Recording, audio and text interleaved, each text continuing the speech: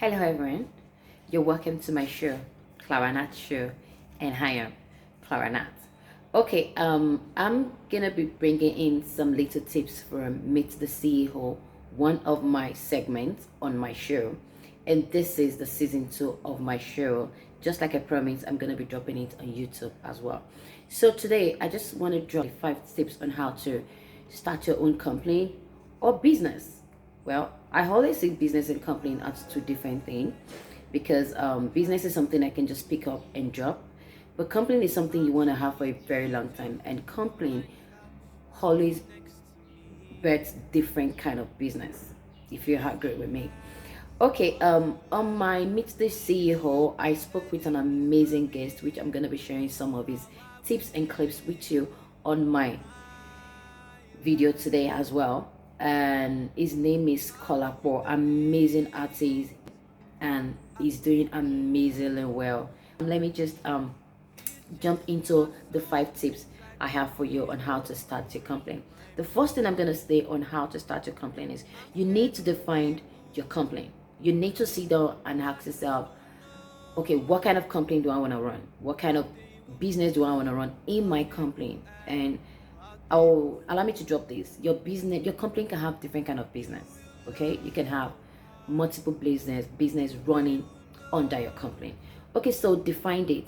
If you have to give it a name, give it a name. I think it's best you give it a name because once you give it a name, it's keep ringing in your head and it keeps going. So define your business by giving, or your company by giving it a name and a purpose. What is the purpose of your company? Oh, we want to go into clothing. What kind of clothing?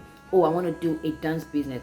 What kind of dance do you want to go into? You want to go into all dance. Which one do you want to start with? So define your purpose. Secondly, define if it's gonna be passion for you first or money. It's very important. You need to define it too. If it's business, it's money. You just have to get money, a profit, and all that. Yes, of course, your company also have to define if it's going to be money or not. So it's very important, but some company is a long time for money yielding. So if it's going to be passion, let's define it. If it's going to be money first, let's define it.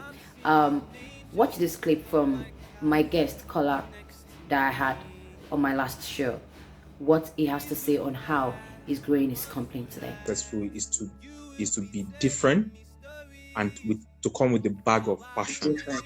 Those two things, you need them to go far. You can't just be doing the same thing and you want change. No, you have to do something exceptional. Wow. And that comes with passion. So when you have those two combo, I'm sure you are good to go.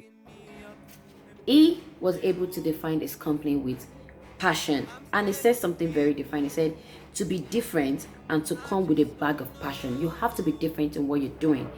Just like Kola said, he was all about the passion, and that was what got him where he is today. And now he's counting some cool money and is not planning to stop anytime soon. 3, define if you need capital to start or you need people to start your company. Why do I say that? Yeah, there's some company you want to start and people say, oh my god, I need this space, I need this. It doesn't have to be that way. Sometimes you just need to find people that can help you get started. Maybe you need a space and you know somebody that knows somebody that has a space that he or she is not using, I beg your pardon, and it could even be your own space. I remember how I started Not Art. I used the living room to start and I didn't have to pay rent. Of course, I'm paying rent now. But that was how I started, and that came through the people around me. So define the people around you and define if it's capital you need to start. Well, I'm sure somebody will say, I need to register the business. Yes, you can start.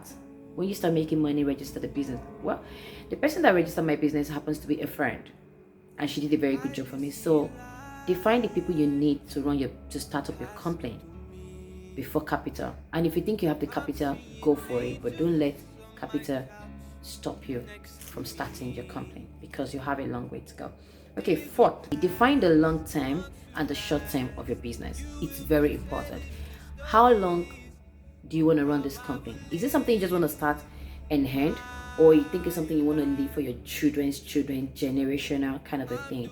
Then you need to define your term per term. Have the short term. How do you want to start? Do you want to start pushing it on social media? Do you want to start talking to friends or family? You want to take it to another country? I remember when I started, I started with just a space, and today we're running 3 different studio. So we didn't just start there. So we knew our short term and we knew our long term. So define your short term and your long term. Before you start your company, you need to ask yourself, am I ready to do this? You need to ask yourself some questions because you're going to be making some decision. But allow me to share another video for my guest I have from Meet the CEO, Kalakwa. That time when you got to the point of, man, are you sure I'm called to do this? What did you do? What get you going? How did you encourage yourself? Okay, the first time that I had that kind of feeling was when I had to sign a deal with my mom and tell her that, okay, for you to allow me to do this thing, you stop paying my school fees. That was the deal I had to sign with my mom for her to be able to do the art. Are you kidding me?